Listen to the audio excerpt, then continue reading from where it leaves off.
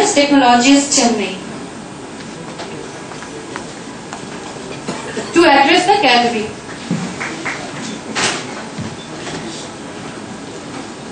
Good evening, everybody. Respected Registrar Sir, Chodi Sir, Dr. Jaya Madam, and students. First of all, I thank you all for having me here for this valedictory function of Cybercrest 2011. It's a great pleasure to be here. And in fact, when we talk about Cybercrest 2011, it's all about like individuals kind of coming up with their ideas and kind of coming up in a collaborative approach, taking a collaborative approach. So first of all, it's important to understand the power of the individuals, right? So when I think about individuals, we talk about globalization nowadays a lot.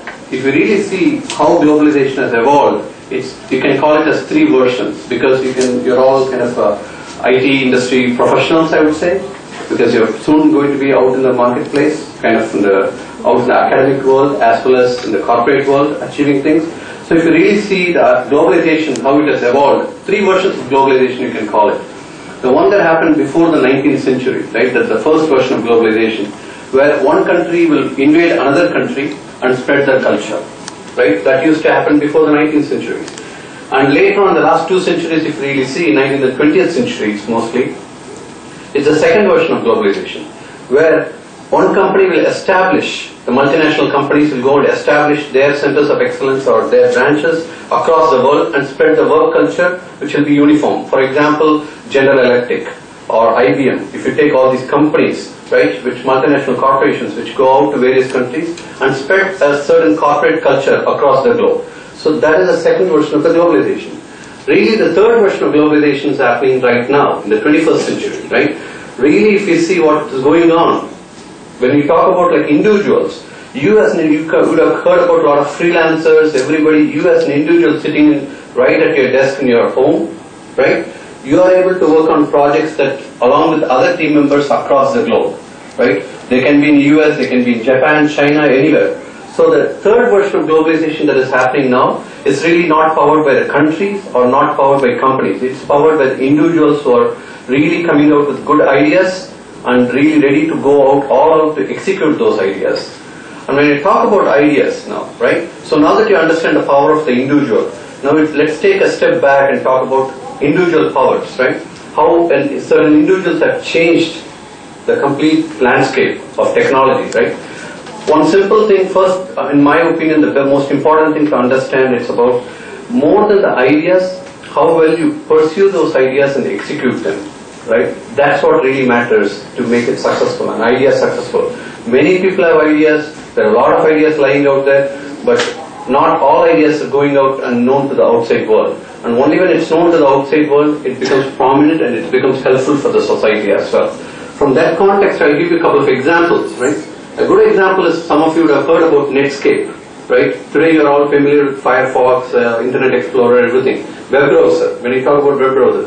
If you see the birth of web browser, it happened in 1993, right? At one of the University of Illinois. Very simple. They said, I could not access files that were in the PC. I had different type of PCs, I have different type of workstations, everything, where I could not collaborate and access them. Further, he came up with this concept of browser where he can share all those files, right? And in fact, he recollects in 1994 when he first created the Mosaic browser, there were totally 12 users. Only 12 users. The internet had taken off, but not in a big way. But out of these 12 users, he said, I knew all the 12 users who were using the browser, right, to access the files. That's how it started. Later on that year, it really came out and became a commercial product and went to the stock market, everything in early 95, right? And if you see from a research laboratory out there in one of the universities, it came out, and within the next few years, right, the company got bought over, it turned into Netscape, and it got bought over by AOL for $10 billion, which is equivalent to 50,000 crore rupees, right? That is what I'm talking about. An individual college student coming out with ideas, and if you take anything like that for that matter, right, Google or Facebook, you're all using it. They all came out of college. So we never know how many Googles are out there, how many Facebooks are out there in this room, right?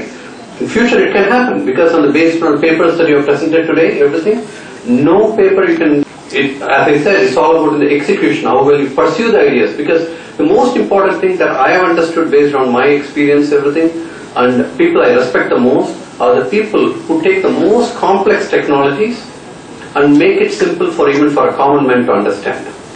Right? Sometimes the complex problems, the complex problems you come across, it did not take off right now. It's been there they have been attempting to succeed in that space for more than 20 years. Right? Many people, for 10 years companies are studying, they invested a lot. They invested a lot in research and development, in seeing how do I understand how human writes. A human can write in different forms, right? How can it be successful and make it a successful product? They tried for it because different people write different alphabets in different ways, right? The style is different. So instead of doing all that, right, the alphabets are limited.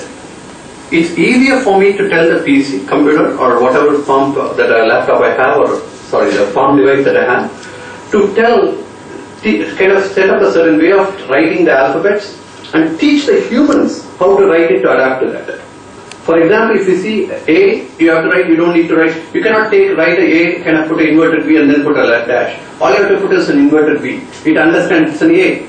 So they said, they came up with this technology and said, this is how you have to write the alphabets, and when you purchase a farm device, all it says is it just gives you a 5 minutes of training session on that help menu. When you click on the help, it says how you should write an alphabet. Right? If you want to write an X, for example, you cannot just if you take the hand out, it's tough for it to understand whether it's two different alphabets or the same alphabet. So for example, X, instead of putting two different lines, it just puts an alpha. If you put an alpha, it understands it's an X. So all they are saying is, if you write an X, just put an alpha. So humans started adapting it, and the product was such a mega hit in the US and across the globe that they had to launch it as a separate company. So they took the Palm Pilot, which was launched as one of the products by 3Com, and spun it off as a separate company, right? Which again became a multi-billion-dollar market. Later on, people understood that, and they said, like, oh, for 10 years we've been studying for this. Now if you see, no one says like, okay, you can write any way you want. They say this is how you write, and it's easier for the computer to understand it. So that is one of the that's what simple complex problems have simple solutions. And in fact, in real life, right, what I have seen very closely, hearing from a person very closely, in fact, during the introduction they indicated, I did an internship, summer associate at WorldTel Limited in London, under Mr. Sam Pitroda. Mr. Sam Pitroda is currently the technology advisor for the Prime Minister of India, and he was the chairman of the National Knowledge Commission as well. So during that time I had an interaction with him, and it's been in touch since for that time, right, for the last 10 years. And interesting thing that he used to tell me when I was kind of spending more time with him in London, he told about his story. He's been a businessman. At the same time, he's been in Chicago for the last 40 years, I would say. In 1964 he went to Chicago, he has been there. Then in the middle he came to India, and he was a telecom advisor to Prime Minister Rajiv Gandhi. And then he went back to everything, he's a revolutionary in that. He said, one interesting story, and that's what surprises about him, like how he takes complex and makes it simple. He said, one fine day, right, in the US he was there, and he had invited his friends for dinner, his friend's family for dinner. And at the time, their family, Mr. Sam Pitroda's family, they forgot that they had invited for dinner. And they had the dinner and they were ready to go to sleep. And all of a sudden their friends knocked on their door at like 8:30 or so and said, we are here for dinner, as you invited us. So he couldn't hide his embarrassment. So what he kind of said, casually, as if like they didn't tell them that they had their dinner already. So they casually spent time with the family, everything, while his wife prepared all the dinner and got it ready, next 1 hour or so. And they had the dinner. So silently he had it for the second time dinner, because he couldn't tell them that they forgot that they were invited. He went for